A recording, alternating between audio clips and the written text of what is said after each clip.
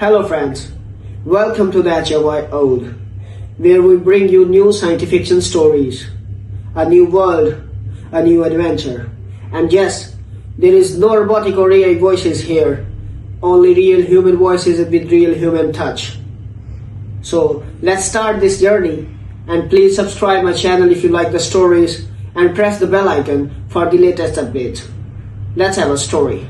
Okay. They say you never really know how you're going to die until the moment arrives. Station Commander Vector had always imagined his death would come with ceremony, a dignified retirement ceremony, perhaps, or at worst a reactor malfunction announced by alarms and flashing lights.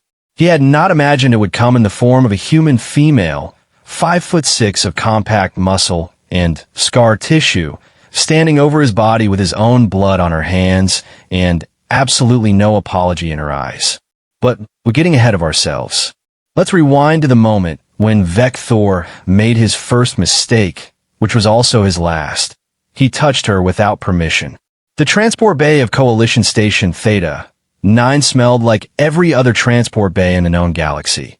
Recycled air, industrial lubricant, and the faint chemical tang of decontamination foam. Lieutenant Kira Voss stood in the center of it, duffel bag at her feet, and tried very hard not to punch anyone. It wasn't easy.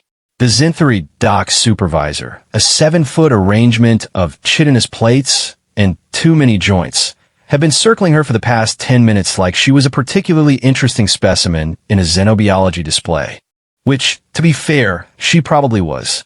Humans were new to the Coalition.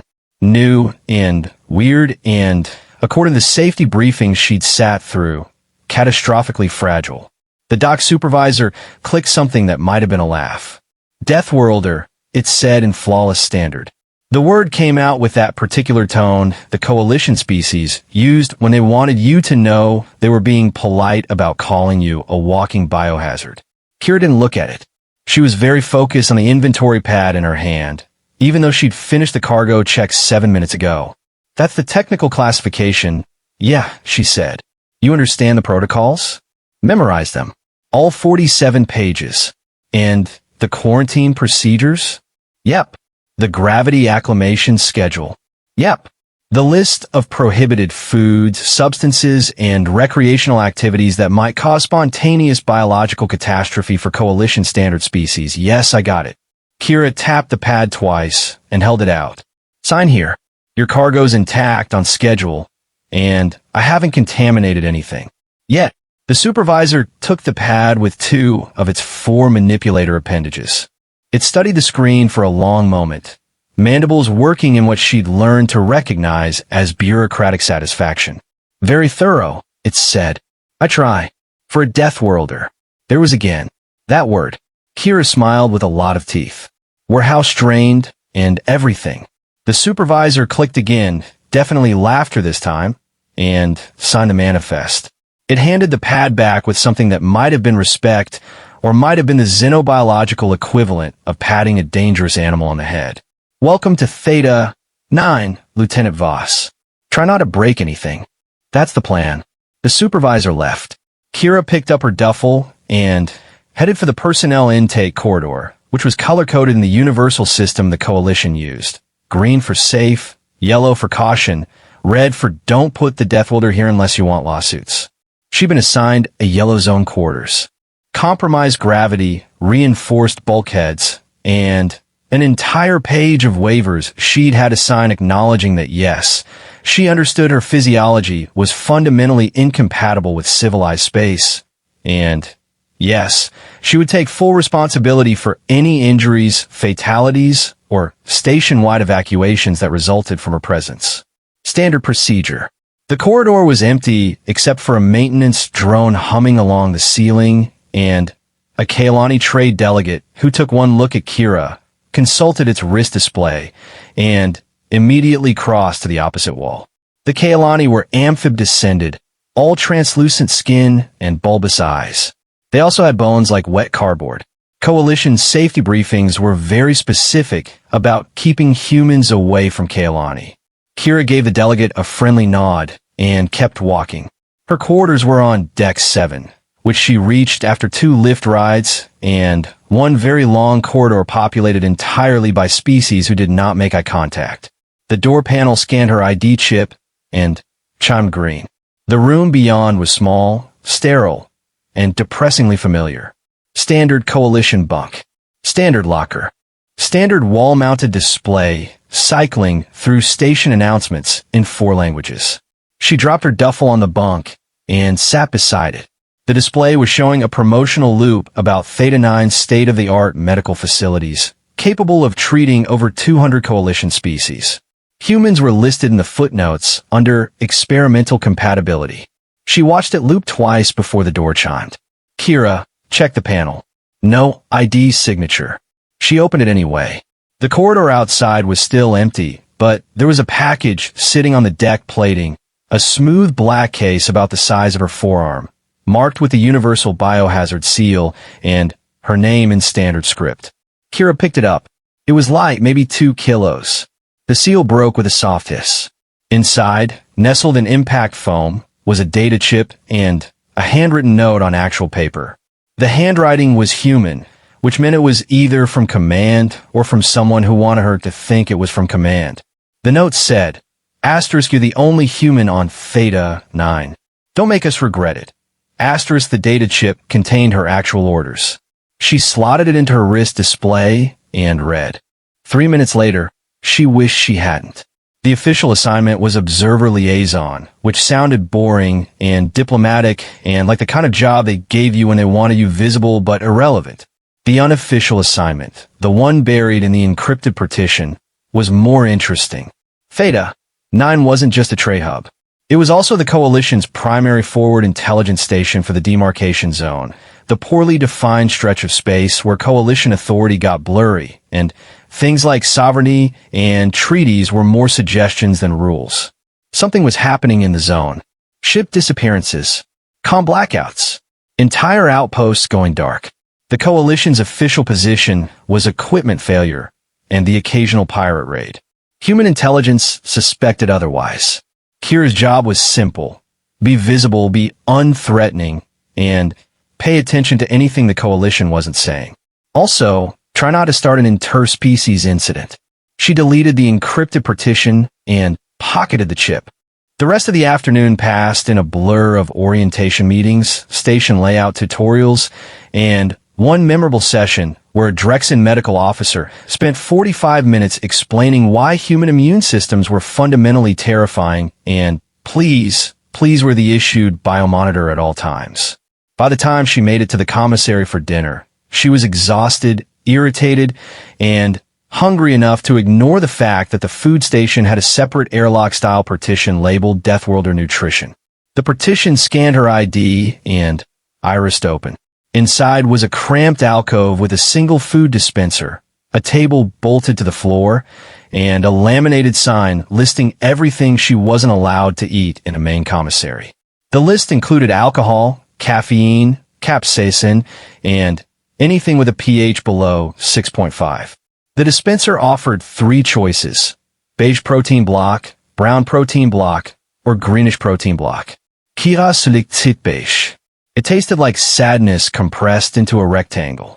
She was halfway through choking it down when the door to the main commissary opened and voices spilled through. Low conversation in standard, punctuated by the clicking laughter of Zenthari and the harmonic hum of Kailani.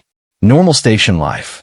The kind of casual multi-species interaction the Coalition built its whole identity around. And none of it included her. Kira finished the protein block, wiped her hands, and left. The recreation deck was on the same level, connected to the commissary by a wide concourse lined with view panels looking out into the black.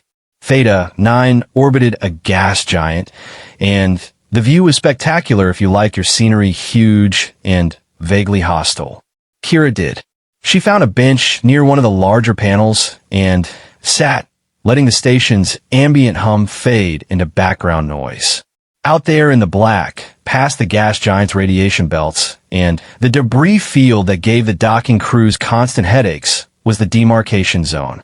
Somewhere in that space, something was killing Coalition ships, and she was supposed to figure out what. You're the human. Kira didn't turn. The voice was deep, resonant, and came from something large standing behind her. That's me. I am Station Commander Vector. We have not been introduced. Now she turned. Vector was Karathi, which meant he was built like a bear got into a fight with a tank and decided to compromise. 8 feet of dense muscle for arms and a crest of bone plating that ran from his skull down his spine. Karathi were one of the Coalition's founding species, which meant they had seniority, authority, and a tendency to treat newer members like barely civilized children. Kira stood. It didn't help much with the height difference. Lieutenant Kia Fuss. Observer liaison. Vector's crest flexed slightly, which the briefing docs said indicated interest or amusement. Observer. Yes. I read your file. I'm sure you did. Your species has an impressive military record. We try. 7 major conflicts in the last century. Resource wars, territorial disputes, ideological purges. Vector's secondary arms gestured at the view panel. All of them fought on your single homeworld. Over resources you had in abundance. Against enemies who were genetically identical to yourselves. Kira kept her expression neutral. We're working on it. Are you? Vector leaned closer, and she caught the scent of him, something like copper and ozone. Or are you simply applying your violence to a larger stage? I'm here to observe, Commander, not to fight. Observation is a passive occupation. Humans are not passive. You'd be surprised. Vector's crest flexed again. He reached out with one primary arm, slow and deliberate, and placed his hand on her shoulder. It was a friendly gesture. Probably. The Coalition file said Korathi used touch to establish social hierarchy and pack dynamics. Kira's body did not care about Coalition files. Her hand moved before her brain caught up. Fast, automatic, the kind of muscle memory that gets drilled into you in boot camp and never quite goes away. She caught Vector's wrist, twisted, and had his arm locked at an angle that would dislocate the joint in another half second. Then she stopped, because Vector was staring at her with all 4 eyes wide, crest completely flat, and an expression that transcended species barriers to communicate one very clear message. What the hell just happened? Asterisk Kira let go. Step back. Counted to 5 in her head while her adrenal system screamed at her to run or fight, and definitely don't just stand here. Sorry, she said. Her voice came out steady, which was a minor miracle. Reflex. Vector rubbed his wrist, still staring. You moved before I completed the gesture. Yeah. That should not be possible. Human reaction time. It's on the spec sheet. I reviewed your specifications. Vector's crest was starting to rise again, but the color was off, darker, which the file said indicated wariness or threat assessment. They did not adequately convey the reality. They never do. Silence. Vector took a step back, which put him at a distance Kira's hindbrain recognized as outside grappling range. His secondary arms moved to a position that might have been neutral or might have been ready. You are dangerous, he said. It wasn't a question. Kira shrugged. I'm a human. We're all dangerous. That's why you keep us in the yellow zones and make us eat beige protein blocks in isolation. The protocols exist for the safety of all species. I know. Do you? Vector's crest was fully raised now, and his tone had shifted into something that sounded like actual curiosity instead of bureaucratic caution. Do you understand what you are, Lieutenant Voss? What your species represents to the Coalition? I've read the briefings. Then, you know that we have encountered Deathworlders before. 6 species in the Coalition's history evolved on high-gravity worlds with hostile environments. All 6 were quarantined during first contact, for were eventually integrated after extensive acclimation protocols. And the other 2? Vector's expression did something complicated. They proved incompatible with Coalition society, meaning they started wars we could not afford to fight. The weight of that settled between them like a physical thing. Kira said, "We're not going to start a war, Commander. Aren't you?" Vector gestured at the view panel at the black beyond. Your species has been part of the Coalition for less than a decade. In that time, you have requested military observer positions on 40 stations, negotiated independent patrol rights in 3 sectors, and established cultural liaison outposts in regions we have not yet fully mapped.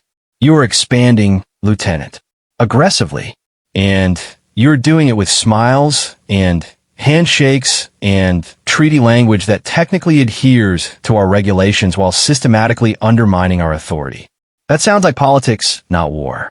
Politics is simply war by other means. That's a human saying.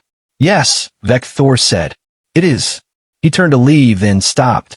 A word of advice, Lieutenant. The Coalition tolerates your species because we believe you can be civilized. That belief is not universal. There are those who think humanity is a threat that should have been quarantined permanently or eliminated. Is that a threat? It is a fact. Vector's crest flattened completely. I suggest you remember it. He left. Kira stood by the view panel for a long time after, watching the gas giant turn and thinking about wars. The rest of the evening passed without incident.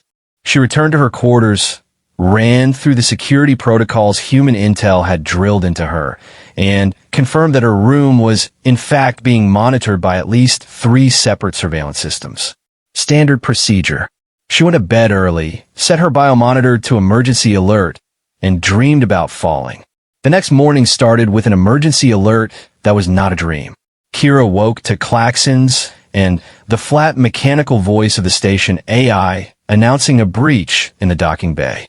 She was dressed and, moving before her conscious mind fully processed the words, muscle memory overriding the 3 seconds of confusion that came with waking up on an alien station in a gravity slightly wrong for human physiology.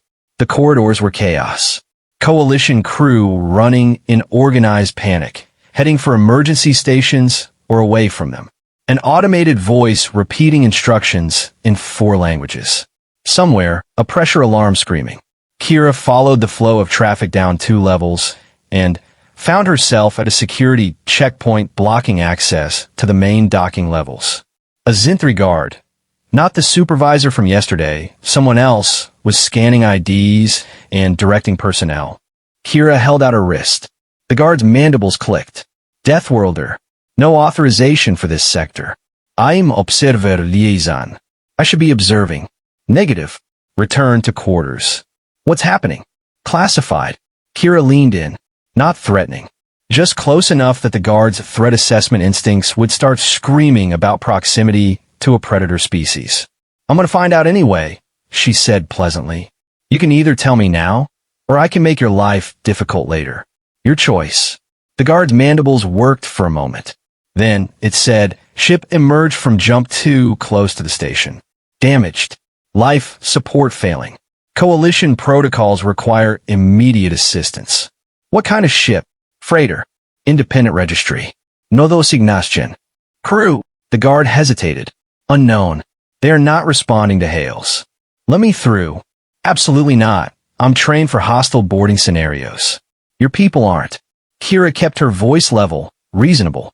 If that ship is a threat, you need someone who knows how to handle it. And, right now, I'm the only one on this station who does. The guard stared at her. Its mandibles clicked rapidly, which meant it was running through decision trees faster than she could follow. Then it stepped aside. Do not make me regret this. I'll try. Kira moved through the checkpoint and into the controlled chaos of the docking bay operations center. The room was packed with Coalition crew managing screens, communicating with the emergency response teams, and generally trying not to panic. Vector was in the center of it all, for arms working separate displays while he barked orders in 3 languages. He saw her. His crest went flat. What are you doing here? Observing. This is not a situation you're trained for. I am. Kira moved to the main display showing the damaged freighter. It was ugly. Hull breached in 2 places, engines dark, drifting on momentum alone. What do you know? Vector's jaw worked. For a moment, she thought he was going to have her removed. Then, he said, it emerged from jump 73 minutes ago. Too fast, too close. It should have torn itself apart. But it didn't. No. And now it is not responding. We sent a probe. It registered life signs, but The readings were... He trailed off. Were what? Inconsistent with known physiology. Kira felt something cold move through her chest. You think it's survivors from the zone disappearances. I think it is a ship that should not exist, carrying something we do not understand. Vector pulled up a scan overlay. We are preparing a boarding team. Standard procedure is going to get your people killed. Excuse me. Kira pointed at the scan. Look at the hull damage. Those aren't impact patterns. Those are weapons burns. Something attacked that ship. And whatever was fighting either left it for dead or is still on board. All the more reason to send a trained security team. No, all the more reason to send someone expendable. She met his eyes. Send me. Vector's crest did something complicated. You are not expendable, Lieutenant. I'm a Deathworlder. I'm tougher than anyone else you have. I'm trained for exactly this kind of scenario. And if something goes wrong, the Coalition loses one human instead of a trained security team. Kira kept her voice flat, professional. It's the smart play. It is also against regulations. So it was letting me through the checkpoint. But here I am. They stared at each other. The klaxons were still blaring. On the screens, the damaged freighter continued its slow tumble toward the station. Finally, Vector said, "You will wear a full hazard suit. You will maintain constant comm contact. And at the first sign of danger, you will abort and return immediately." Understood. I mean it, Lieutenant. I will not explain to your command structure how I let their only human on this station die in the first 24 hours. Kira smiled.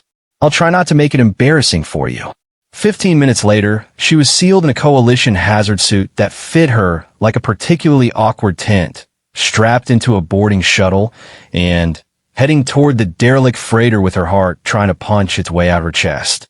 The suit's heads-up display showed biometric data, environmental readings, and a countdown timer to docking. 2 minutes. 120 seconds to either the most interesting thing she'd done since arriving at Theta 9, or a really stupid way to die.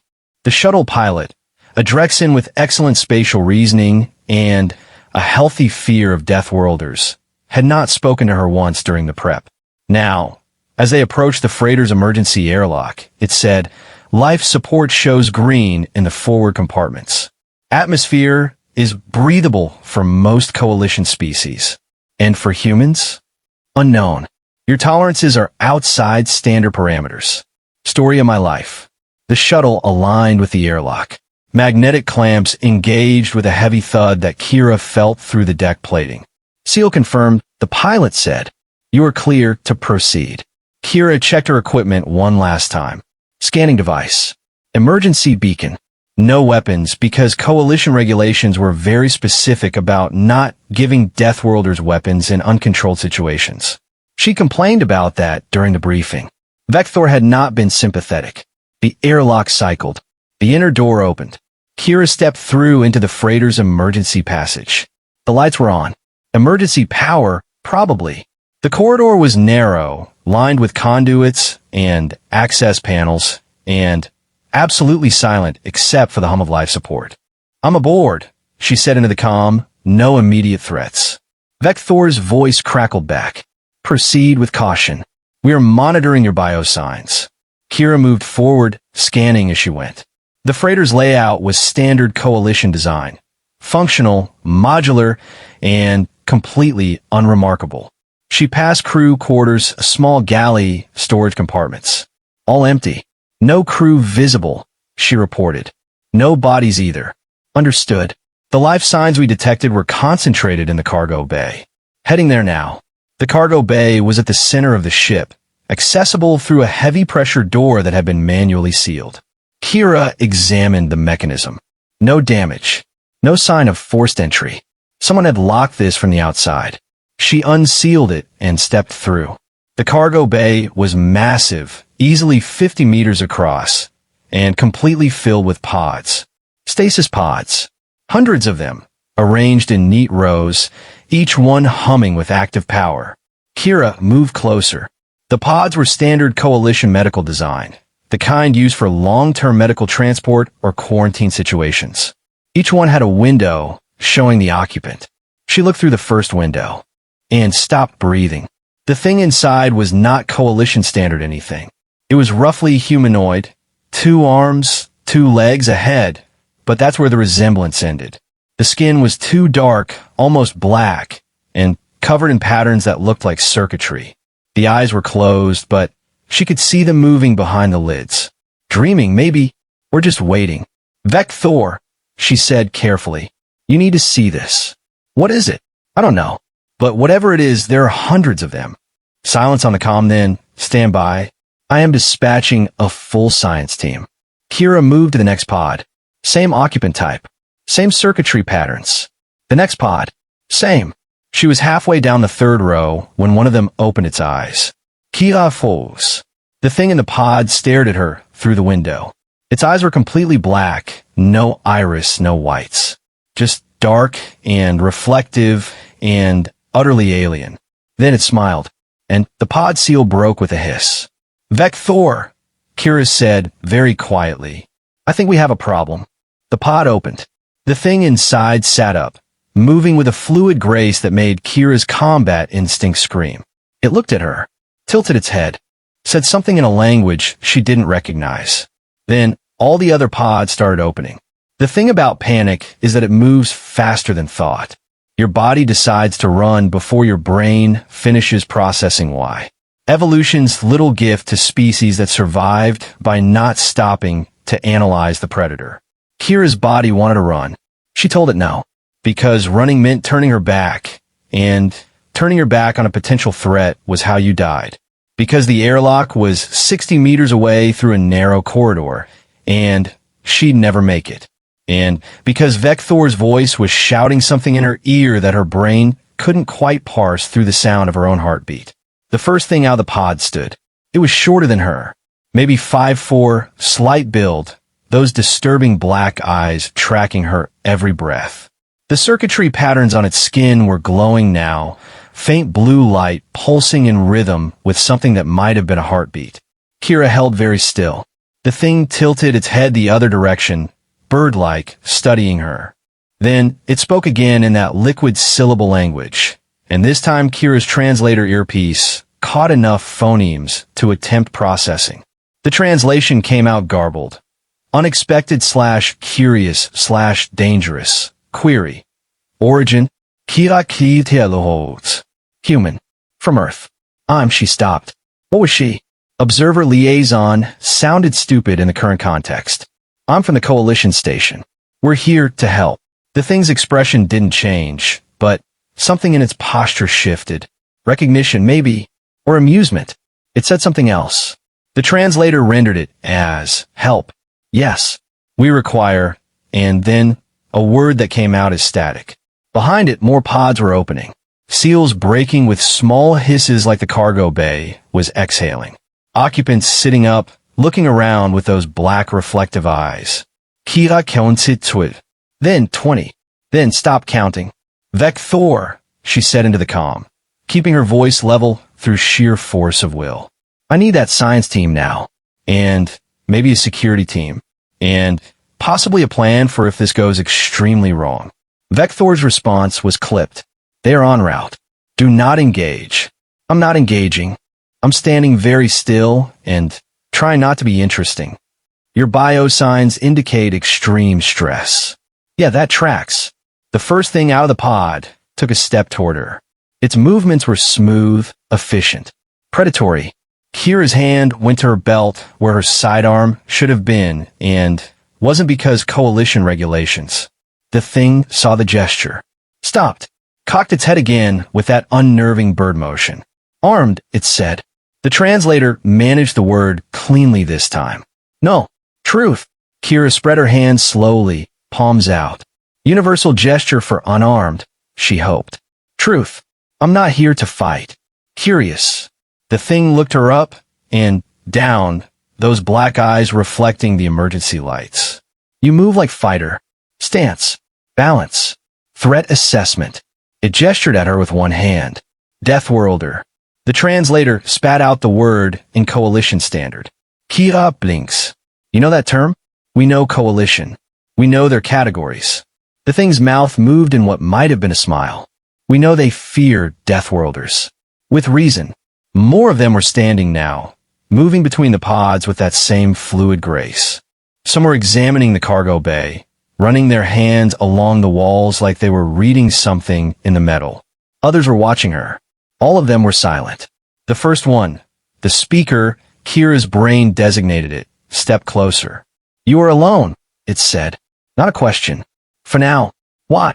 Someone had to check if you were alive. I volunteered. Foolish. Maybe. Brave. Kia shocked. I've been called worse. The thing did that smile motion again.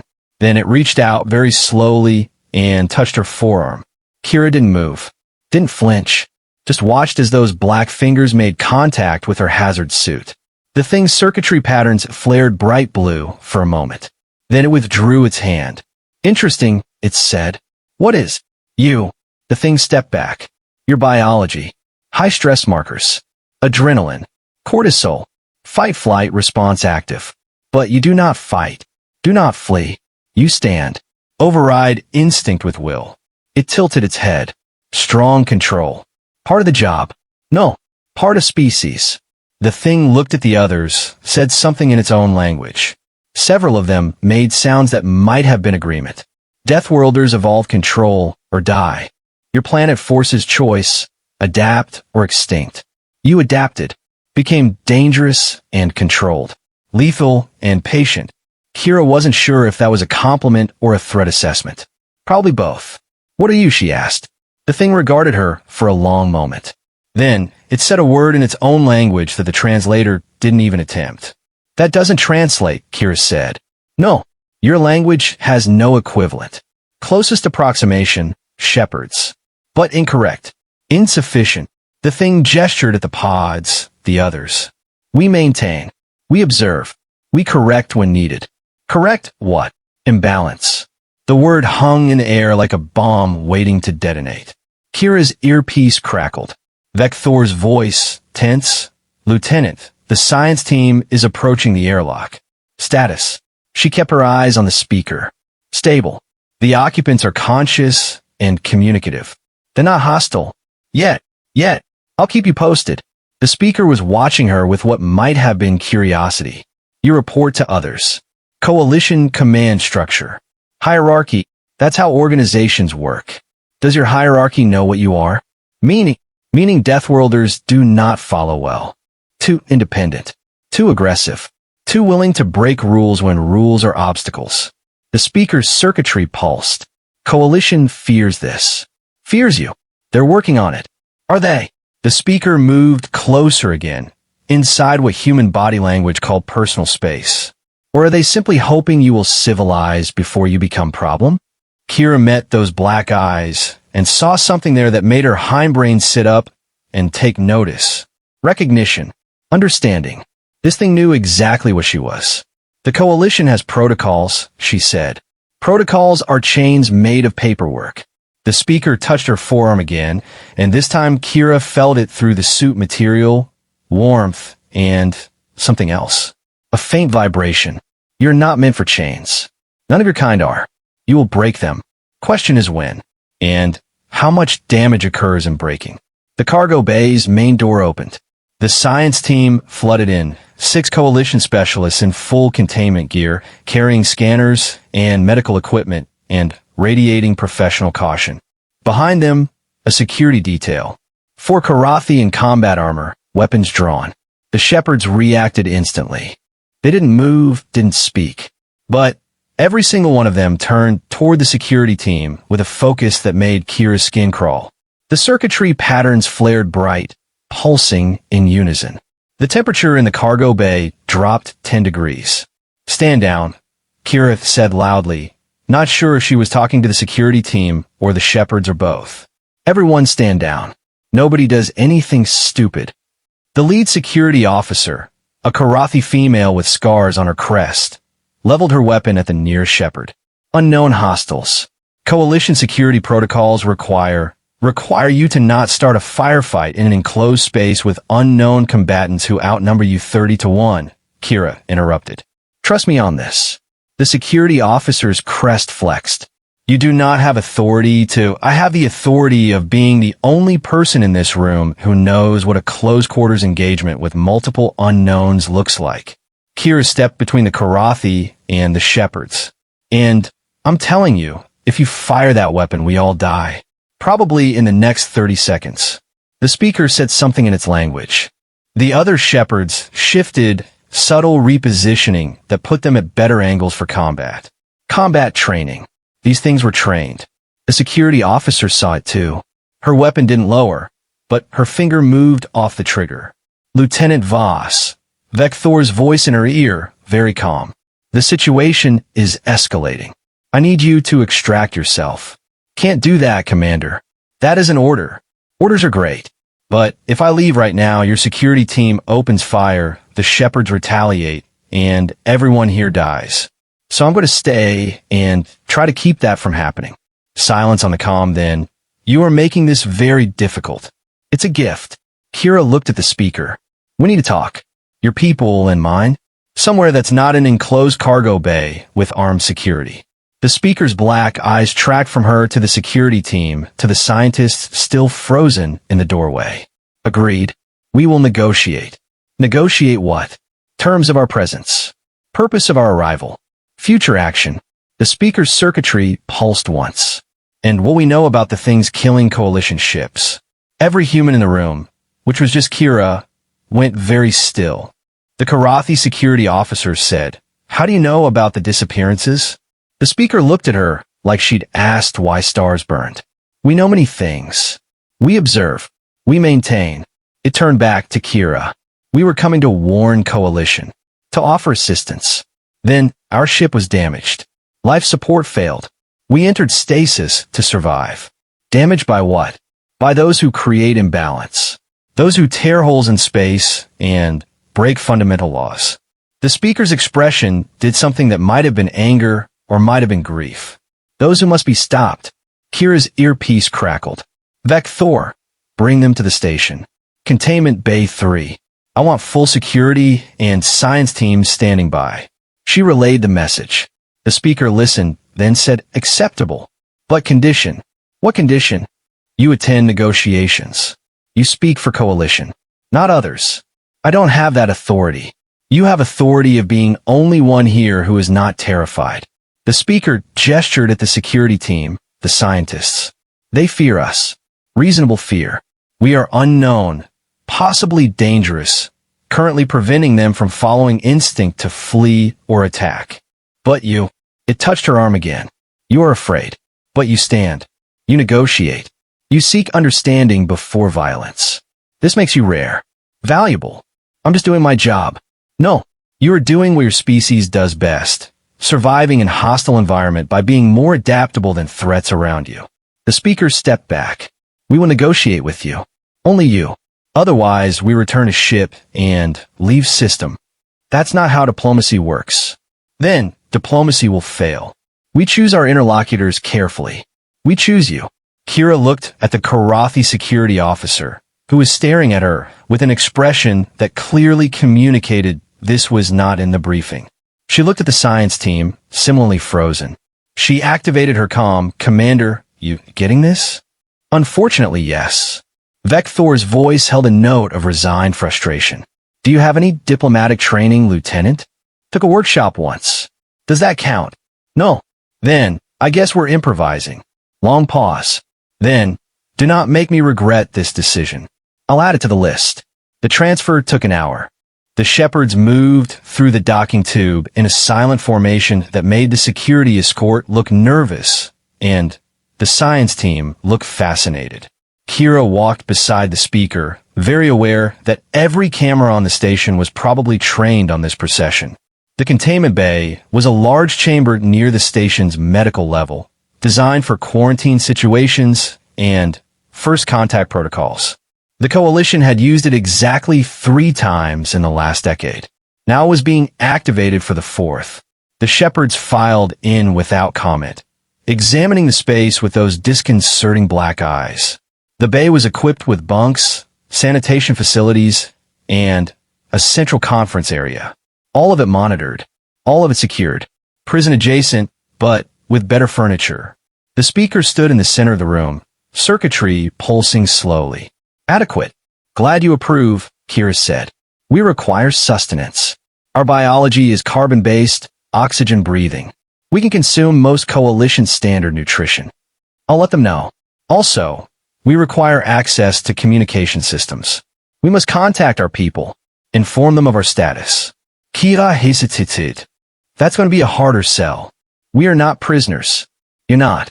But you're also unknown entities on a coalition station carrying information about active threats.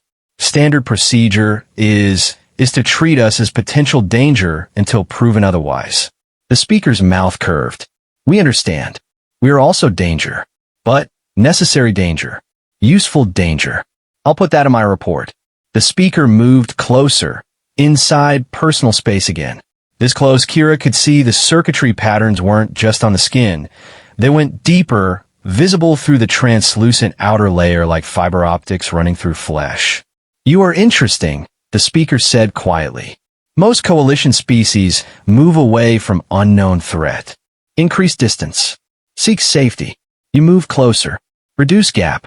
Maintain position. It's called standing your ground. It is called predator behavior. You do not fear close proximity because you believe you can win close engagement. The speaker tilted its head. Accurate belief? Depends on the engagement. Honest. The circuitry pulsed brighter. We have analyzed 43 species in coalition space. Cataloged threat responses, combat capabilities, social structures. Humans are anomaly. High aggression, high intelligence, high adaptability. But also high cooperation, high empathy, high self-sacrifice. Contradiction. Paradox.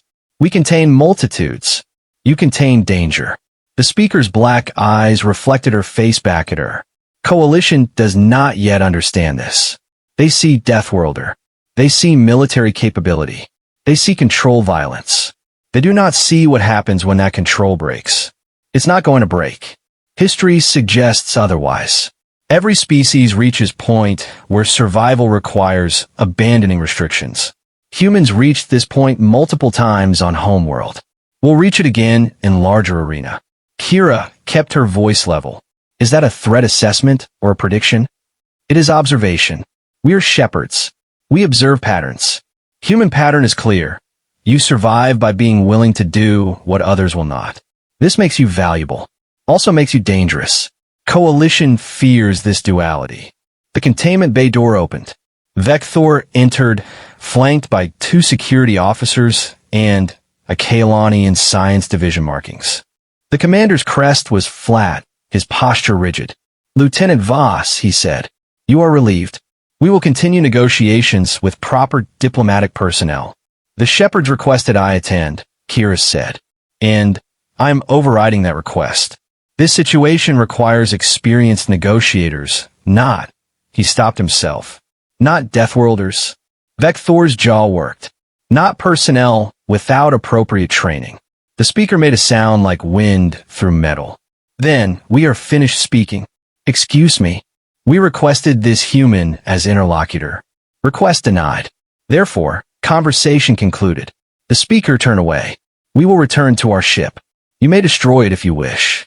We will not assist coalition with current crisis. Vector's crest flared. You cannot. We can. We choose our partners carefully.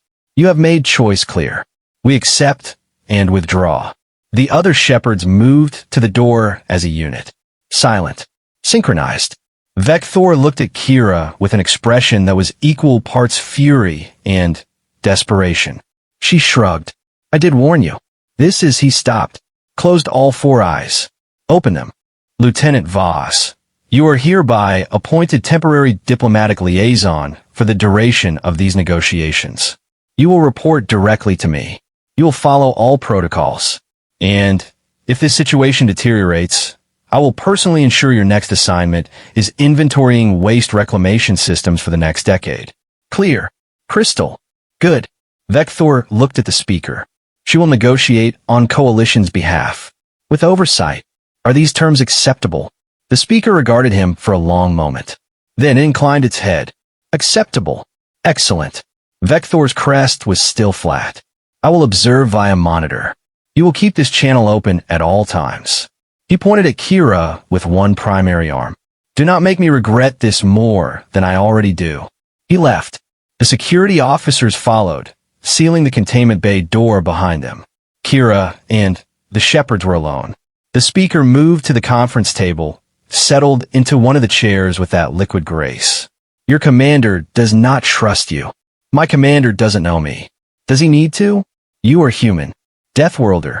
That tells story. It tells part of a story. Kira sat across from the speaker, very aware of the cameras watching from every angle. The rest you have to earn. The speaker's circuitry pulsed in what might have been amusement. We begin well. Now, we talk about those who kill coalition ships. About imbalance. About what is coming. I am listening. Good. Because what we tell you will change how coalition views the universe. How they view humanity. How they view themselves. The speaker leaned forward. And it begins with simple question. What do you know about the dark between? Kira blinks. The what? The dark between. The spaces that are not space. The voids that connect realities. Some cultures call it hyperspace. Others call it the underneath. We call it the dark between. I know it's how FTL travel works. Ships enter the between, travel along existing channels, emerge at destination. Partial truth. Ships use channels because channels are stable. Mapped. Tested. Safe. The speaker's black eyes reflected the overhead lights. But channels are not natural. They are scars. Scars from what? From the first ones who traveled the dark between, who tore paths through unreality and made them permanent, who built the foundation coalition now uses without understanding cost. The speaker's circuitry pulsed slowly. Those paths are failing. Kira felt something cold settle in her chest. Failing how? Destabilizing. Fragmenting. Becoming dangerous. Ships that enter them encounter things that should not exist. Experience phenomena outside physics. Some emerge damaged. Some emerge changed. Some do not emerge. The disappearances. Yes, but worse than coalition knows. It is not random. It is not malfunction. It is systematic. Something in the dark between is hunting. The temperature in the containment bay seemed to drop. Kira said, very carefully, hunting what? Ships. Stations. Anything that uses the old channels without permission. Without understanding. Without paying price. What price? The speaker was quiet for a long moment. Then, it said, the channels were built by first ones. Ancient civilization. Long extinct. They created channels by sacrificing what you would call quantum stability. They made space uncertain so travel could be certain. Balance. Exchange. And now the balance is breaking. Now the balance is being enforced. Something in the dark between has awakened. Something old. Something that remembers price and demands payment. The speaker's circuitry flared bright. It hunts those who use the channels freely. Punishes those who take without giving. And it is patient. Methodical. Growing bolder. Kira's mind was racing. Why hasn't the coalition detected this? Because coalition does not look. They use channels as tools. Infrastructure. They do not question origin. Do not ask why channels exist. Do not wonder about cost. The speaker tilted its head. Your species is different. Humans question. Humans investigata. Humans look for answers even when answers are dangerous. Is that why you wanted to speak to me specifically? Because humans ask questions. No, we wanted to speak to you because humans will act. Coalition will study. Will analyze. Will form committees. Will debate proper response while more ships disappear. Humans will decide and move. This is needed now. Time for study has passed. Time for action is here. Kira leaned back in her chair. What kind of action? We must close the failing channels. Seal them before collapse becomes catastrophic. This requires entering dark between. Mapping destabilized regions. Finding breakpoints. Repairing or destroying is needed. That sounds like a suicide mission. For most species, yes. For you. The speaker's mouth curved. Your people evolved an environment that rewarded risk-taking. That honored those who entered dangerous unknown and returned with knowledge. You are explorers. Survivors. You do not flee from threat. You study it. Map it. Find weakness. Exploit. You want humans to go into the dark between and hunt whatever's hunting coalition ships. We want humans to understand problem, to see what coalition refuses to see, and then, yes, to hunt. The speaker's black eyes were unreadable, because when predator becomes prey, only another predator can restore balance. And humans are very good predators. The comm in Kira's ear crackled. Vecthor's voice, tightly controlled. Lieutenant, are we hearing this correctly? Yes, sir. They're suggesting we send ships into actively failing FTL channels to hunt an unknown entity. That's the summary, yes. This is insane. Kira looked at the speaker. Is there any other option? Yes. Do nothing. Let channels collapse. Watch coalition infrastructure fail. Watch ships disappear until travel becomes impossible. Watch your civilization fragment into isolated systems. Watch everything you have built fall. The speaker's circuitry pulsed. This is also option. Safer. Less risk. But certain failure. Eventually, yes. Silence in the calm Kira could almost hear Vecthor's crest flexing as he processed. Finally, we need to bring this to the Coalition Council. They will need to authorize any action. How long will that take? Kira asked. Weeks. Possibly months. The speaker made that wind through metal sound again. Too long.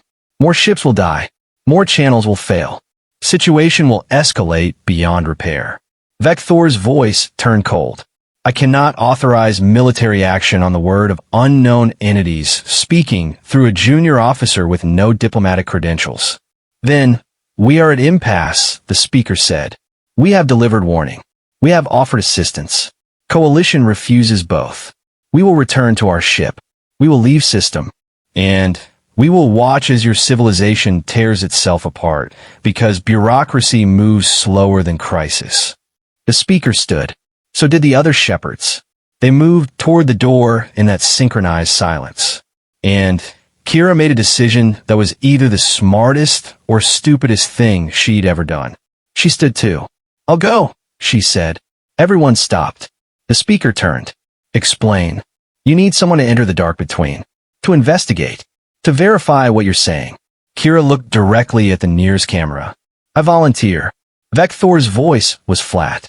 Absolutely not. Why not? I'm human. According to the shepherds, that makes me suited for this. I'm also expendable. Coalition loses one junior officer instead of a whole crew. You are not expendable. I'm a Deathworlder on a station full of species that are terrified of me. I'm constantly monitored, constantly restricted, constantly treated like a biological weapon waiting to detonate. If I'm useful, use me. If I'm not, what's the worst that happens? You lose someone who makes everyone nervous anyway. The comm was silent. The speaker's circuitry pulsed bright. You would do this? Enter dark between without knowing what awaits. I entered a damaged freighter full of unknowns this morning. This is basically the same thing with more FTL.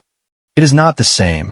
Dark between is hostile to biological life, to consciousness, to sanity.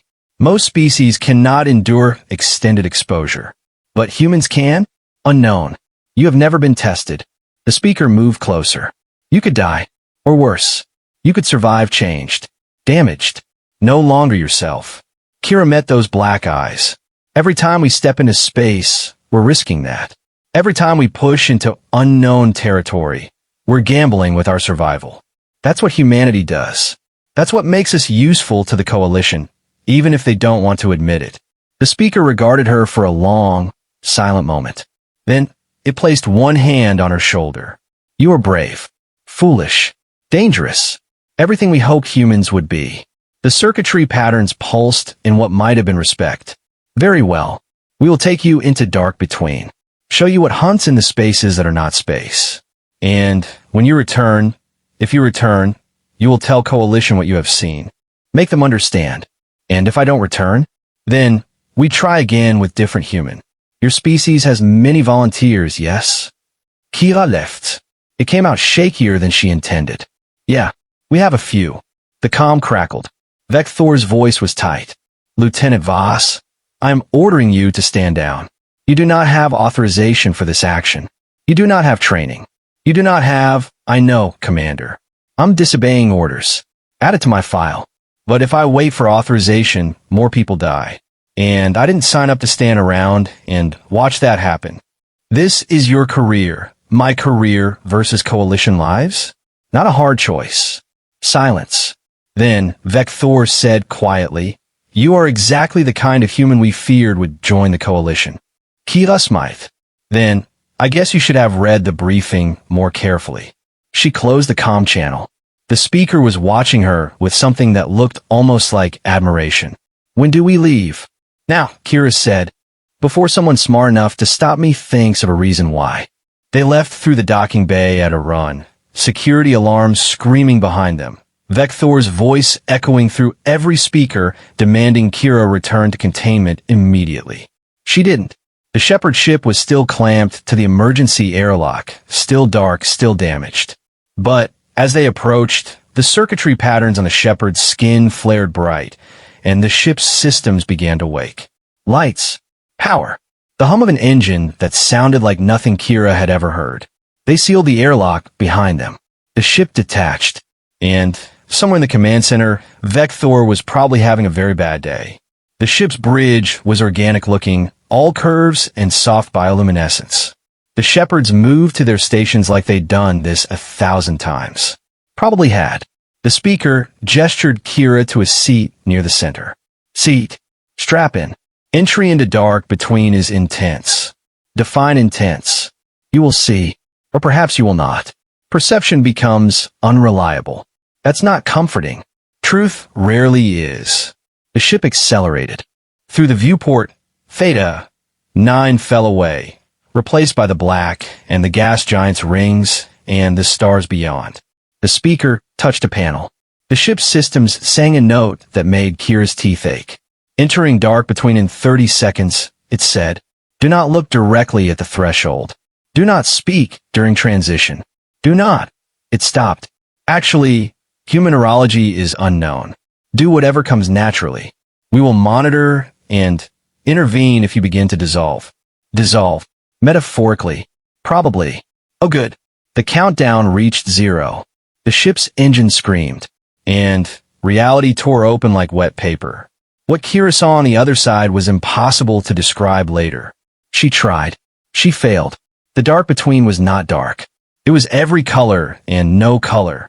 It was space folded inside out, time running sideways, physics taking a smoke break. It was beautiful and terrible and completely, utterly wrong. She saw things moving in the non-distance. Shapes that hurt to perceive. Patterns that shouldn't exist. And somewhere, far off or very close, distance meant nothing here. Something massive turned toward their ship like a predator catching a scent. The speaker's voice was calm. "Do not panic. It is aware of us. This is expected." "What is it?" Kira's own voice sounded strange, like she was speaking underwater. "The thing that hunts. The guardian of the old price. The balance keeper. It's coming toward us." "Yes." "Should we run?" "No." Running triggers pursuit instinct. We are here to observe, to understand, to survive long enough to report. The thing in the dark between moved closer. Kira saw it properly for the first time. It was vast. It was ancient. It was made of the spaces between spaces, the gaps in reality where light forgot to go. And it was looking directly at her. The speaker said something in its language. The thing paused. Kira felt pressure in her skull, like something was trying to read her thoughts by squeezing them out through her ears. Then, the speaker's circuitry flared nova bright, and the pressure released. "It has seen you," the speaker said. "Recorded your pattern. You're marked now. Known to it. This is both gift and curse." "What does that mean?" "It means you can return to dark between without being immediately destroyed. It means it will recognize you as not threat, not prey, something between. Observer. Witness. Why? Because you are human. Because you're a Deathworlder. Because something in your pattern registers as." The speaker paused. "The translation is difficult. Kin is close, but insufficient. You evolved in hostile environment. So did this. You understand survival at any cost. So does this. You are recognized as fellow predator in ecosystem of predators. Kira watched the vast thing drift past their ship, close enough to touch if touch had any meaning here. What happens now? Now we map. We identify failing channels. We locate collapse points. We gather data. And then we return to Coalition and deliver a report that will either save civilization or condemn it, depending on how wisely they act. The ship moved deeper into the dark between, and Kira sat strapped in her chair, watching impossible things move through impossible spaces, and wondered if she'd just volunteered for the most important mission of her life. Or the last one. Time lost meaning in the dark between. Could have been hours. Could have been days. Kira's biomonitor went haywire, trying to track her vitals against an environment that kept changing the basic constants of biology. The shepherds worked their stations, gathering data, mapping degradation patterns in the old channels. Every so often, the vast thing would circle back, watching, evaluating. It is curious, the speaker said during one of these passes. About you specifically. Why me? Unknown. Perhaps because humans are new variable in equation. Perhaps because your pattern resonates with its own in unexpected ways. Perhaps because it sees in you what we see. Potential for great survival or great destruction. Which do you think it is? The speaker's black eyes reflected impossible colors. Both. Always both. That is nature of Deathworlders. You're a species of extremes. You will either save Coalition or tear it apart. No middle ground. No compromise. That's a lot of pressure. Pressure creates diamonds or dust. We will learn which soon enough. The ship's alarms sang a different note. The speaker's head snapped up. What? Kira asked. Coalition said. Entering dark between via standard channel. The speaker touched its panel. Unstable channel. One we identified as failing. They should not be here. Can you warn them? We are attempting. The speaker stopped. Too late. Through the viewport, Kira saw it happen. The Coalition ship emerged from a channel that looked like a wound in reality. It was a cargo hauler, maybe 200 meters long. Standard design. Routine flight. The channel collapsed behind it. The ship tumbled, engines screaming, trying to compensate for physics that no longer made sense. The vast thing in the dark between turned toward it. We need to help them, Kira said. We cannot. The hunter has marked them. They use channel without understanding cost. Now cost will be extracted. I don't care about cost. There are people on that ship. There were people. Now there are patterns. Biomass. Energy. The hunter does not distinguish. Kira watched the cargo hauler spin out of control. Watched the thing in the dark move closer. Watched, no. She unstrapped. The speaker's head whipped toward her. What are you doing? You said it recognized me. That I'm marked. That means it won't immediately kill me, right? Correct. But then I'm going to use that. I'm going to get between it and that ship. I'm going to make it acknowledge them. That is insane. You will die. Maybe. Or maybe it'll work. Either way, I can't sit here and watch people die when I might be able to stop it. Kira moved toward the airlock. The speaker's circuitry flared. You do not have environment suit. You cannot survive in the dark between unprotected. How long before I die? Minutes. Perhaps less. Your biology is not compatible with, then I better move fast. Kira unsealed the airlock. The speaker grabbed her arm. This is suicide. This is what humans do. We see impossible situation. We find stupid solution. We survive or we don't. But we try. She pulled free, stepped into the airlock, sealed it behind her. The outer door opened, and Kira Voss stepped into the dark between wearing nothing but a Coalition standard duty uniform and the absolute certainty that she was about to die. The dark between touched her skin like ice made of needles, made of time, made of screaming. Every nerve fired at once. Her lungs tried to breathe and found nothing that qualified as air. She could see the cargo hauler spinning, see the vast thing moving toward it, see her own breath freezing in the not air. She pushed off the shepherd ship. No gravity, no up or down, just direction and will. She moved toward the cargo hauler, toward the hunter, toward certain death. The thing saw her. It paused. Kira's vision was going dark at the edges. Her lungs were burning. Her blood was doing things blood should not do. She kept moving, got between the hunter and the ship, spread her arms wide. The thing regarded her with whatever passed for eyes in the dark between. She felt its attention like weight, like gravity, like the entire universe stopping to look at one small, freezing, dying human who was too stupid or too stubborn to stop. And then it withdrew, just slightly, just enough. The cargo hauler's engines caught. It stabilized, oriented. Its pilot, probably screaming, definitely traumatized, found the emergency channel back to normal space and jumped. The ship vanished. Kira floated in the dark between, alone with the hunter, and approximately 15 seconds of consciousness left. The thing moved closer. She couldn't breathe, couldn't think, could barely see. It touched her, not physically, but the sensation was real. Pressure, recognition, something that might have been respect, or might have been curiosity, or might have been the dark between's equivalent of a predator acknowledging another predator's territory claim. Then, Kira was being pulled backward. Fussed. Someone had grabbed her. The speaker. In a full environment suit. They reached the shepherd ship. Airlock. Pressure. Warmth. Kira collapsed on the deck, gasping, every cell in her body screaming. The speaker stood over her, circuitry blazing. You are insane. Kira coughed. Tasted blood.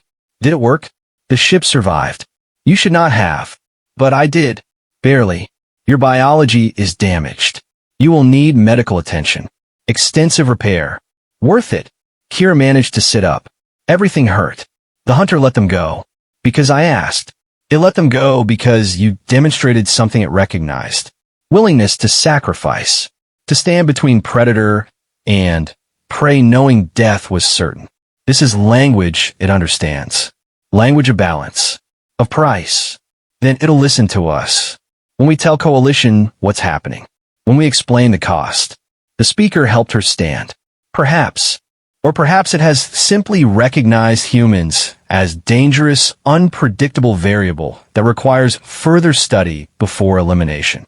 I'll take it. They returned to Theta 6 hours later. The cargo hauler they'd saved had already reported the incident. The Coalition Council was in emergency session, and Vector was waiting at the docking bay with security, medical, and an expression that promised a very long conversation about regulations. Kira walked off the shepherd ship on her own feet, mostly. Vector's crest was doing complicated things. Lieutenant Voss, you disobeyed direct orders, endangered yourself and Coalition relations, entered unknown hostile environment without authorization. Yes, sir. You also saved a Coalition ship and potentially opened communication with an unknown entity we did not know existed. Also, yes, sir. Vector's jaw worked. Then, he said, quietly, you are exactly what we feared you would be. Kira met his eyes. Good. His crest flattened. Come with me. The council wants to speak with you. So does your command. So does everyone with security clearance high enough to know this happened. Am I in trouble? Immense trouble. Also possibly recommended for commendation. Coalition bureaucracy has not yet determined which takes precedence. Kira left. It hurt. Sound about right. She followed Vector off the docking bay, the speaker, and its people behind her, and somewhere in the dark between, the hunter watched and waited and recognized in humanity something it had not seen before. A species willing to pay any price. Face any cost. Stand in the spaces between spaces and say no. And that changed everything. The Coalition Council chamber was designed to accommodate 47 member species in one shared space. It achieved this through careful gravity zones, atmospheric partitioning, and enough environmental engineering to make a terraforming specialist weep with envy. What was not designed for was a human in a medical gown with 4 ports still in her arm, standing in the center of the chamber floor and explaining to the assembled leadership of galactic civilization that they'd been accidentally killing themselves for generations. Kira was doing it anyway. The channels you use for FTL travel were created by a civilization that's been extinct for at least 10,000 years, she said. Her voice echoed through the chamber's acoustic enhancement field. They built those channels by destabilizing quantum reality. They created shortcuts through space by making space uncertain. And they did it knowing there would be a cost. The Kaolani representative, a senior diplomat whose name Kira had been told 3 times and couldn't remember, raised a translucent hand. What manner of cost? The kind that comes due eventually. The kind that accumulates interest. Kira gestured at the holographic display the speaker had provided. It showed the channel network, bright lines of stable passage crisscrossing map space. Except now, with the shepherd's analysis overlaid, she could see the dark spots, the degradation, the rot spreading through the foundation of coalition infrastructure. The entity in the dark between the hunter, the guardian, whatever you want to call it, isn't random. It's enforcing an old contract. It's collecting payment from species who use the channels without understanding what they cost. A Karathi counselor stood, older than Vecthor, crest scarred for what looked like combat. You are saying we have angered some ancient intelligence. No, I'm saying you've been taking without paying. The intelligence isn't angry. It's just doing its job, maintaining balance. And it's going to keep doing it until the channels collapse completely or you stop using them. The chamber erupted in controlled chaos. 47 species, each with their own communication style, all trying to express some variant of that cannot be true. Our entire civilization depends on those channels. The council speaker, a Drexen with silver bioluminescence that indicated advanced age and political authority, raised all 6 of its limbs for silence. The human's testimony is corroborated by the shepherds, it said, whose credentials and knowledge base we are still evaluating. However, if this is accurate, we face a crisis of unprecedented scope. Our trade networks, our communication systems, our military response capabilities all depend on the channel network. Then, we find an alternative, someone said.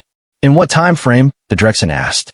The shepherds estimate 30% of channels are currently unstable. That number grows weekly. We have months, perhaps a year, before cascade failure becomes inevitable. Kira watched the council process this. She could see the calculation happening behind diplomatic faces. How to maintain power, maintain control, maintain the illusion of stability while the foundation crumbled. The Kaolani representative spoke again. The human claims to have communicated with this entity, to have earned some measure of recognition. I got between it and prey, Kira said. It noticed. That's not communication. That's just 2 predators acknowledging each other. But it spared you. It spared me because I demonstrated something it understood. Willingness to pay the price. To stand in the gap. To sacrifice for something beyond self-preservation. Kira looked around the chamber. Which is what you're going to have to do. All of you. Explain, the Drexen said. The channels can't be used freely anymore. Every transit carries risk. Every ship that enters the dark between is gambling with whether that particular channel has degraded past the point of safety. Kira pulled up the navigation data from her trip. The shepherds can identify which channels are stable. For now. But stable doesn't mean free. The entity wants acknowledgement. It wants species using the channels to understand what they're using. To respect it. How does one respect an incomprehensible alien intelligence? The Karathi counselor asked. Same way you respect any dangerous environment. You prepare. You train. You accept that some trips won't end well. And you make the choice consciously, not because you think you're entitled to safe passage. A Zinthari in military marking stood. This is unacceptable. We cannot run our civilization on hope and respect. We need guarantees. Certainty. Then, you're going to be disappointed, Kira said. Because the universe doesn't come with guarantees. You built your whole society on infrastructure you didn't create and didn't understand. That was always going to have consequences. They're here now. You can either adapt or collapse. The chamber went quiet. The Drexen's bioluminescence pulsed in a pattern Kira's translator rendered as deep contemplation. The shepherds have offered to assist in channel mapping and stabilization. In exchange for what? The speaker stood from where it had been waiting at the edge of the chamber. In exchange for coalition cooperation. For willingness to learn. for acknowledgement that you are not masters of space, but students of it. Its circuitry pulsed, and in exchange for this human, every eye in the chamber turned to Kira. "Excuse me," she said. "We require human participation in channel stabilization efforts. Your species has qualities suited for dark between exposure. Physical resilience, mental adaptability, willingness to enter hostile environment, and survive through improvisation." The speaker's black eyes were unreadable. "You will not be only species involved, but you will be necessary component. Without humans, success probability drops below acceptable threshold." Kira looked at Vector, who was standing with the Karathi delegation.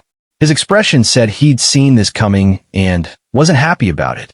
"You want to conscript humans for dangerous FTL maintenance work," Kira said. "We want to recruit volunteers. Humans excel at volunteering for dangerous idiocy. That's actually fair." The Kailani representative made a sound like water draining. "This is unacceptable. Humanity is new to the coalition. Junior member species.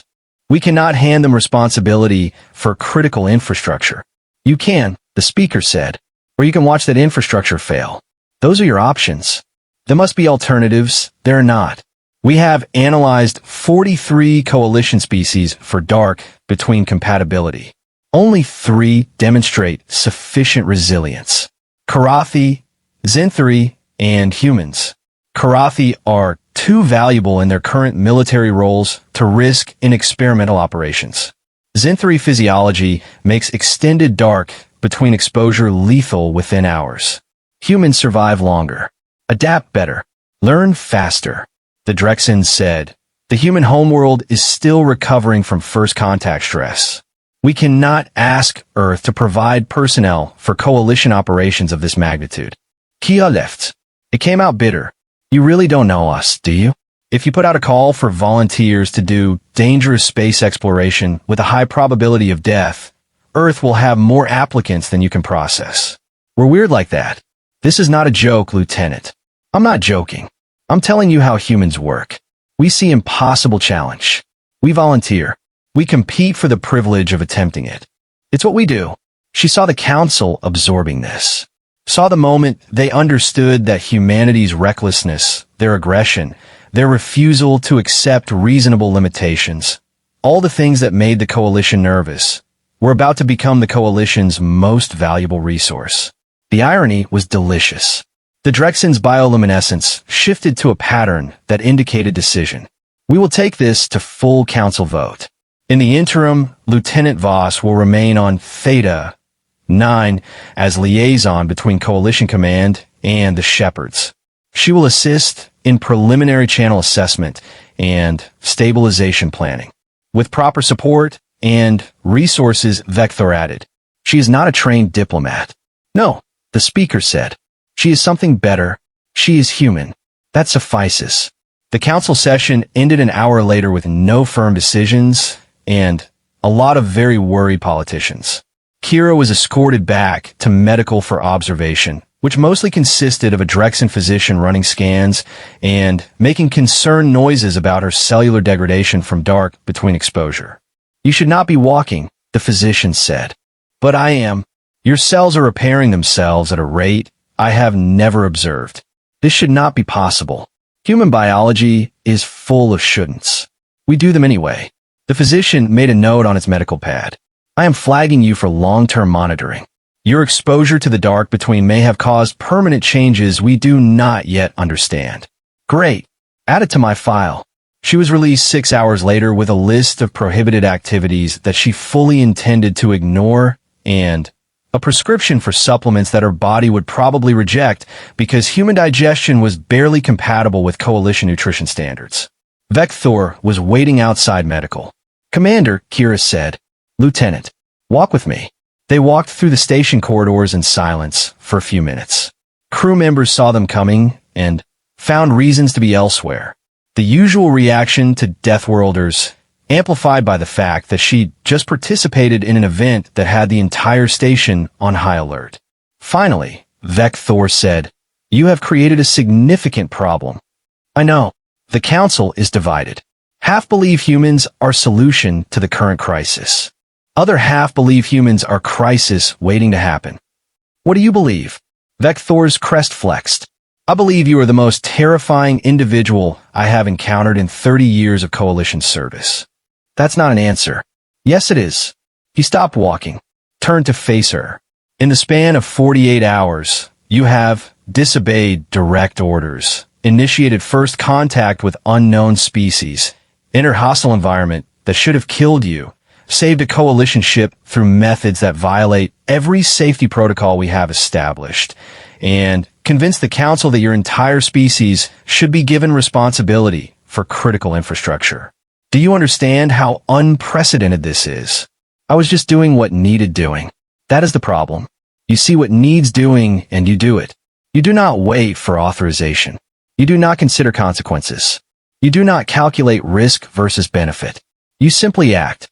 Vecthor's 4 eyes held hers.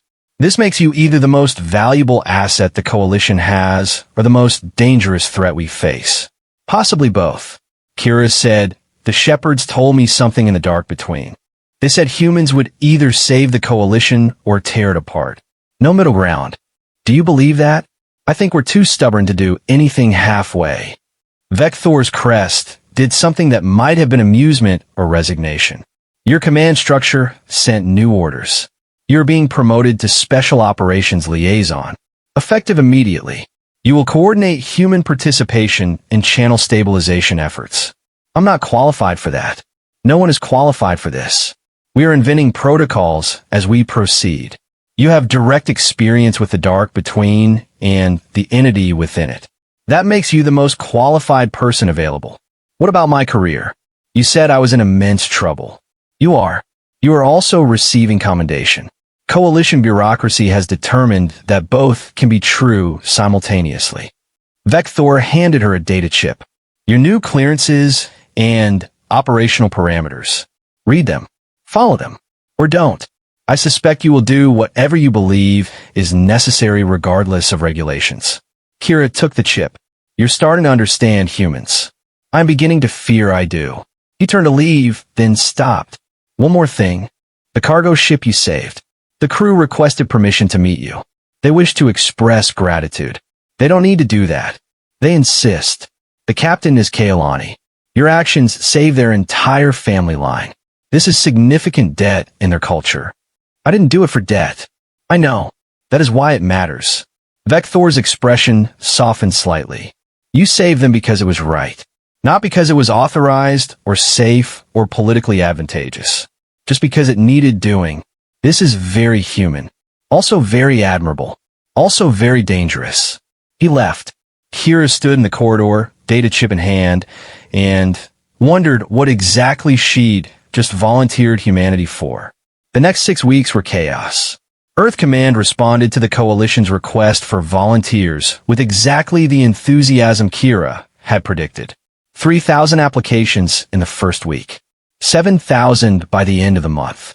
Human intelligence was scrambling to process them all while the Coalition tried to figure out how to train people for an environment that violated every assumption about safe space travel. Kira found herself shuttling between Theta 9, the Shepherd's temporary station, and a hastily established training facility on one of the Coalition's border stations. She briefed commanders, consulted with scientists, and tried to explain to very serious military personnel that no, she didn't have a training manual for surviving the dark between. She'd just sort of done it and hoped for the best. They found her answer deeply unsatisfying. The Shepherds were more helpful. They provided baseline data on dark between physiology, survival protocols, and recognition signals for the entity. They also provided a warning. Human resilience would protect them better than most species, but the dark between would still exact a cost. Mental, physical, spiritual. The price varied by individual. No one entered unchanged. The first human volunteers entered the dark between in week 8. Kira monitored from the Shepherd station, watching the telemetry as a 3-person crew took a specialized scout ship into a degraded channel, mapped its deterioration, and emerged 6 hours later with data that would take months to analyze and psychological profiles that indicated trauma, but not collapse. They'd succeeded. More importantly, they'd survived. The floodgates opened. Within 6 months, humanity had established the Dark Between Operations Division. 300 trained volunteers cycling through channel stabilization missions, developing protocols, and pushing deeper into the spaces between spaces than any coalition species had attempted. The entity noticed. Reports started coming back of encounters. The hunter acknowledging human crews, sometimes withdrawing, sometimes observing, occasionally offering what might have been assistance or might have been test of capabilities. Kira received all the reports. Read every debrief. Notice patterns the coalition analysts missed. The entity was teaching them, not consciously, not deliberately, but through each encounter, through each measured response to human presence. It was demonstrating how to exist in the dark between, how to recognize stable channels from failing ones, how to navigate spaces where physics was negotiable and survival depended on adaptability. Humanity was learning to speak the language of the dark between, and the coalition was terrified. The meeting happened on neutral ground, a diplomatic station at the edge of coalition space. Kira attended as human representative. The Shepherds sent their speaker. The coalition sent the Drexen senior counselor and Vecthor. The purpose was simple: discuss the future of channel stabilization operations and humanity's role in coalition infrastructure. The actual conversation was more complicated. Human crews have exceeded all projections, the Drexen said. Its bioluminescence was muted, indicating concern. Success rate of 93%. Survival rate of 98%. These numbers are unprecedented. You're welcome, Kira said. They are also alarming. Humans are becoming essential to coalition operations. Critical infrastructure now depends on your species' participation. This creates vulnerability, or it creates partnership. Partnership implies equality, mutual dependence. What happens when humanity decides coalition is obstacle rather than ally? Kira leaned back in her chair. You're asking if we're going to use our position to leverage political advantage. Yes, we already have political advantage. Earth has the largest standing military in coalition space. We control independent patrol rights in 12 sectors. We have cultural liaison posts in regions you can't even map yet. If we wanted to leverage power, we'd have done it already. Then what do you want? Same thing we've always wanted. To explore. To learn. To survive in a universe that's mostly hostile to biological life. The coalition offers structure for that. Cooperation. Resources. Why would we sabotage that? The Drexen's bioluminescence pulsed. Because your species has history of conflict, of conquest, of taking what you need when cooperation fails. So does every species in the coalition. You've all had wars. Territorial disputas. Resource conflicts. The difference is you had them across multiple planets. We had ours on one. We learned cooperation faster because we didn't have anywhere else to go. Vecthor spoke for the first time. The lieutenant makes valid point. Humanity's aggression is matched by their cooperation. They are simultaneously individualistic and collective. This is unusual, but not unprecedented. The Shepherds agree, the speaker said. Its circuitry pulsed slowly. We have observed humans for less than one solar cycle. Sufficient time to identify patterns. You are a species of contradictions. Violent and compassionate. Reckless and calculated. Selfish and self-sacrificing. This makes you unpredictable. Also valuable. The dark between requires species who contain contradictions. Who could be predator and protector simultaneously. So you trust us? The Drexen asked. Trust is irrelevant. We observe utility. Humans are useful. Therefore, we cooperate. The Drexen's bioluminescence shifted to a pattern Kira didn't recognize. The Council is preparing formal proposal. Humanity would be granted expanded operational authority over channel stabilization. In exchange, you accept limitations on military expansion and agree to joint oversight of dark between operations. Kira said, I need to consult with Earth Command. Of course, but your opinion carries weight. You are the human who first entered the dark between, who first encountered the entity. Your experience shapes human doctrine. No pressure. Immense pressure. We are discussing the future of galactic civilization. Kira looked at Vector. What do you think? His crest flexed. I think humanity has proven more cooperative than we feared. Also more capable. I also think giving your species critical infrastructure responsibility is either brilliant strategy or catastrophic mistake. I have not yet determined which. But you're leaning toward brilliant? I am leaning toward inevitable. The channels are failing. Humans can stabilize them. Mathematics suggests cooperation regardless of political concerns. The speaker made that wind through metal sound. The commander is correct. This is not question of trust. This is question of survival. Coalition survives by adapting. Humans are adaptation. Therefore, integration is necessary. The meeting concluded with no firm decisions, but a clear direction. Humanity would be integrated deeper into coalition operations. The alternative was collapse. 3 days later, Kira received a private message from Earth Command. They wanted her recommendation on the Council's proposal. They wanted her assessment of coalition intentions. They wanted her opinion on whether humanity should commit to long-term partnership or maintain independence. She spent 2 hours composing her response. It boiled down to 3 points. 1. The coalition needs us more than they want to admit. 2. We need the coalition more than we want to admit. 3. Partnership means accepting that both sides will be changed by the relationship. She sent it and waited for Earth to decide the future of human coalition relations. The answer came back in 48 hours. Earth Command approved the proposal with modifications. Humans would accept oversight, but retain independent authority over dark between operations. They would limit military expansion, but maintain current patrol rights. They would cooperate, but not subordinate. Partnership. Actual partnership. The Coalition Council accepted the modified terms after 6 weeks of debate. And somewhere in the dark between, the entity watched humanity take its first real steps toward galactic integration and recognized something it had not seen since the first ones disappeared. A species willing to pay the price of survival. To stand in the spaces between spaces. To acknowledge that the universe was hostile and beautiful and utterly indifferent to their existence, and to thrive there anyway. The ceremony happened on Theta 9. Formal integration of the dark between Operations Division into coalition structure. Representatives from 47 species. Human volunteers in dress uniform. The shepherds observing from the margins.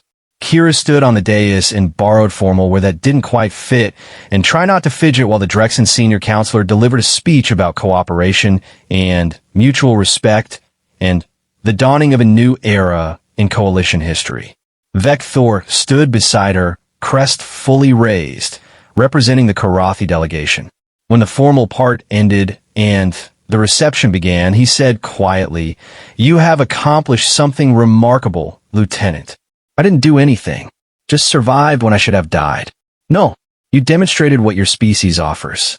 Not superior technology or overwhelming force, but willingness to stand in the gap, to face impossible odds and find solution. The coalition has forgotten how to do this. We have become comfortable, complacent. You reminded us that survival requires constant adaptation." Pretty speech. Truth. Vector's expression softened. "When you first arrived at this station, I believed you were threat. Dangerous variable that would destabilize careful balance we had achieved. I was correct. You are dangerous. You did destabilize balance, but not in way I feared. How then? You destabilized our assumptions. Our certainty that we understood the universe. Our belief that we had mastered space travel and could expand indefinitely without consequence. You forced us to confront reality we had been avoiding, that we are small, fragile, and dependent on systems we do not fully control. That's depressing. It is honest. And honesty is first step toward adaptation." He gestured at the reception hall, at the mix of species drinking carefully formulated beverages and engaging in diplomatic small talk. This is not perfect partnership. There will be conflicts, misunderstandings, cultural clashes, but it is beginning, and that is more than we had 6 months ago. Kira watched the crowd, saw humans mingling with Zenthari, saw Karathi deep in conversation with Kailani, saw the shepherds explaining something to a group of fascinated Drexen scientists, saw the future taking shape in real time. The speaker told me something, she said, in the dark between. They said humans would either save the coalition or tear it apart. Which will it be? Both, probably, at different times, for different reasons. We're complicated like that. Vecthor's crest did something that looked like amusement. Perhaps that is exactly what the coalition needs. Complication, unpredictability, species who refuse to be easily categorized or controlled. You realize that means you're signing up for centuries of headaches? I am aware. I'm also aware that the alternative is stagnation and eventual collapse.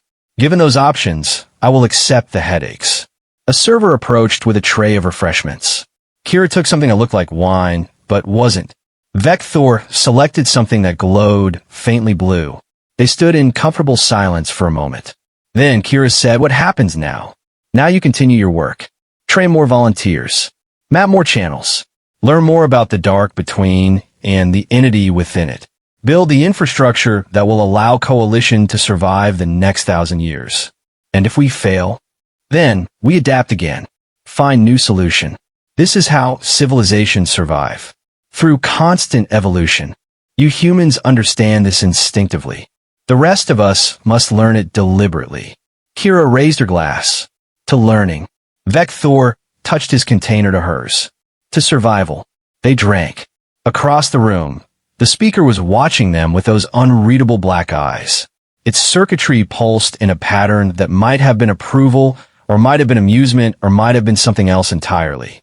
Kira met its gaze and nodded. The speaker inclined its head in response. And somewhere in the dark between the spaces that were not spaces, in the voids where physics became suggestion and time ran sideways, the ancient hunter paused in its eternal patrol and recognized a new pattern in the universe. A partnership of species willing to acknowledge cost, to pay price, to stand in the terrible, beautiful darkness and say, "We are here, we understand, we will survive." And the hunter, for the first time in 10,000 years, found that acceptable. 6 months later, Kira was back on Theta 9, reviewing mission reports from the latest Dark Between expedition. The success rate had climbed to 95%. Human crews were now training coalition volunteers from 3 other species. The channel stabilization project was ahead of schedule. Her personal quarters had been upgraded from yellow zone to something approaching comfortable. She still ate mostly protein blocks, but now they came in 5 colors instead of 3. Progress. The comm chimed. "Voss here. Lieutenant, this is Dock Control. We have situation." Kira felt her combat instincts activate. What kind of situation? Unknown vessel just emerged from Channel 7. It's broadcasting coalition distress codes, but the signature doesn't match any registered ship. Also, it's not responding to hails. And the dock controller paused. The hull markings are human, but predating first contact. This ship should not exist. Kira was already moving toward the door. "I'm on my way. There's more. The life sign readings are unusual. Same pattern as the shepherds." Kira stopped. "Give me a visual." Her wrist display activated, showing the unknown ship. It was old.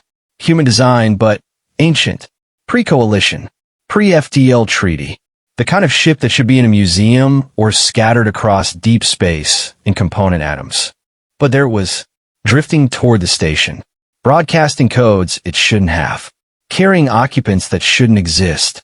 Kira stared at the display and felt something familiar settle in her chest.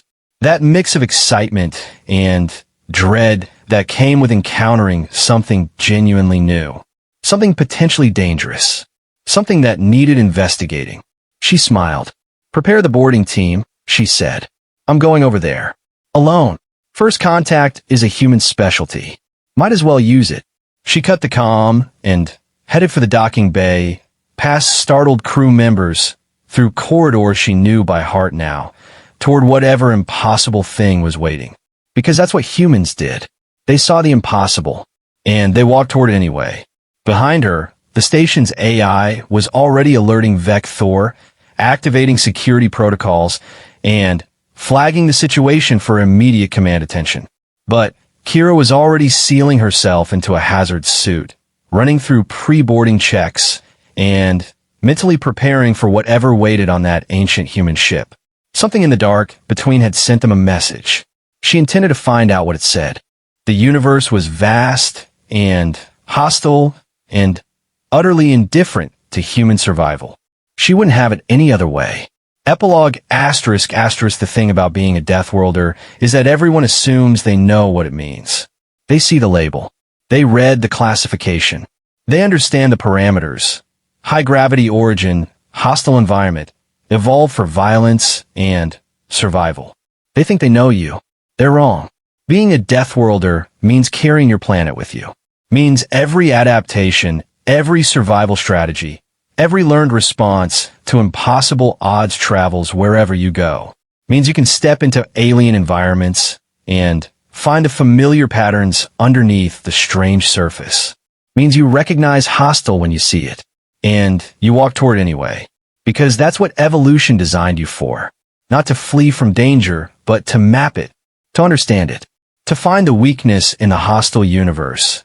And exploit it until the universe blinks first.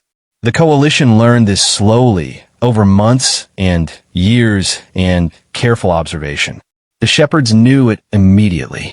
And the entity in the dark between recognized at the moment Kira Voss stepped into the spaces between spaces wearing nothing but determination and the absolute certainty that she would survive or die trying, and either option was acceptable as long as she kept moving forward. Humanity had entered the galactic stage, and the galaxy would never be the same, because humans didn't just survive hostile environments. They thrived in them, and that changed everything. The end, ***.